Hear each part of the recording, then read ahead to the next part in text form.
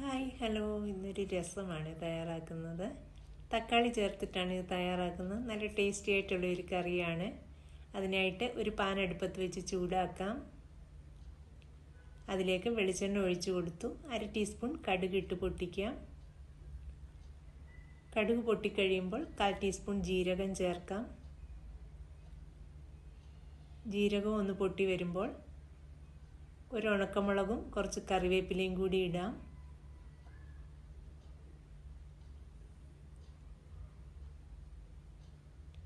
ഇനി അതിലേക്ക് കുറച്ച് വെളുത്തുള്ളി, കൊച്ചുള്ളി, ഒരു ചെറിയ കഷ്ണം ഇഞ്ചി, അല്പം മതിയാവും, ചതച്ചതാണ് ഇട്ടത്. അതൊന്ന് ഇളക്കി ഒന്ന് വഴറ്റിയെടുക്കണം.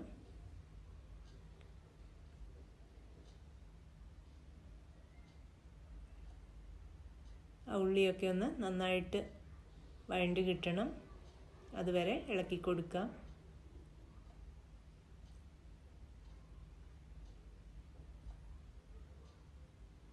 ഇപ്പോൾ ഉള്ളിയൊക്കെ വഴറ്റിയിട്ടുണ്ട്. ഇനി അതിലേക്ക് 1/2 ടീസ്പൂൺ മഞ്ഞൾപ്പൊടി, 3/4 ടീസ്പൂൺ മല്ലിപ്പൊടി, 1/2 ടീസ്പൂൺ മുളക് പൊടി, കുറച്ച് കായപ്പൊടി. ഇനി ലോ ഫ്ലെയിമിൽ വെച്ച് ആ പൊടിയൊന്ന് വഴറ്റിയെടുക്കാം. ഇനി അതിലേക്ക് കുരുമുളക് ചതച്ചത് 1 സ്പൂൺ ചേർക്കാം.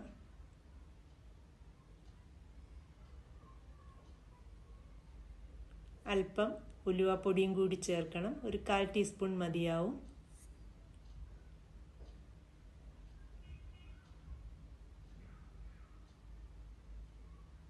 ഉലുവാപ്പൊടി ഇട്ടു.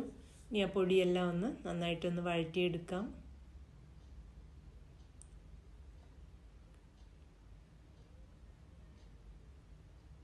പൊടി വഴറ്റിയതിന് ശേഷം അതിലേക്ക് തക്കാളി അരിഞ്ഞത് ചേർക്കാം.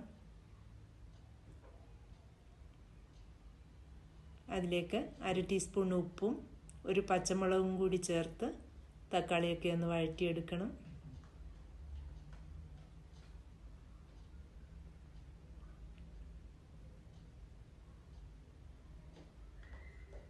എരിവിന് ആവശ്യമനുസരിച്ച് 1-2 പച്ചമുളക് ചേർക്കാം. കുരുമുളകും എല്ലാം ചേർക്കുന്നുണ്ട്. അപ്പം എരിവ് കൂടുതലാകാതിരിക്കാനായിട്ട് ഒരു പച്ചമുളകേ ചേർത്തിട്ടുള്ളൂ. തക്കാളിയൊക്കെ ഒന്ന് ചെറുതായിട്ട് വേവുന്നത് വരെ വഴറ്റിയെടുക്കണം. ഇനി അതിലേക്ക് പുളിവെള്ളമാണ് ചേർത്തത്. ഇനി ആവശ്യത്തിന് വെള്ളം കൂടി ചേർക്കണം. ചൂടുവെള്ളമാണ് ഒഴിച്ചു കൊടുക്കുന്നത്.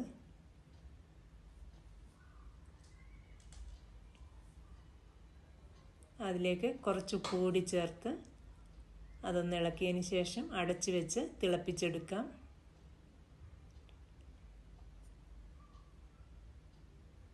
ഇടയ്ക്കൊന്ന് ഇളക്കി കൊടുക്കാം. കുറച്ചുകൂടി കറി തിളപ്പിച്ചെടുക്കണം. ഒന്നുകൂടി അടച്ചു വെക്കണം.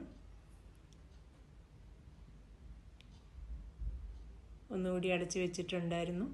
അപ്പോൾ കറിയൊക്കെ തിളച്ച് വന്നിട്ടുണ്ട്. അതിലേക്ക് 1/4 ടീസ്പൂൺ കായപ്പൊടിയാണ് ചേർത്തത്. കുറച്ച് മല്ലിയില അരിഞ്ഞത് ഇട്ടു.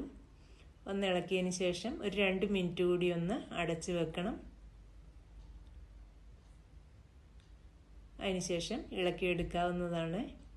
അങ്ങനെ പെട്ടെന്ന് തന്നെ നല്ല ടേസ്റ്റി ആയിട്ടുള്ള രസം തയ്യാറാക്കിയെടുക്കാം. പല രീതിയിൽ നമ്മൾ രസം തയ്യാറാക്കും. ഈ വീഡിയോ എല്ലാവർക്കും ഇഷ്ടമായി എന്ന് വിചാരിക്കുന്നു. വീഡിയോ കാണുന്നതിനും സപ്പോർട്ട് ചെയ്യുന്നതിനും എല്ലാവരോടും ഒരുപാട് താങ്ക്സ്. ഇനി മറ്റൊരു വീഡിയോയിൽ കൂടി കാണാം. Thank you.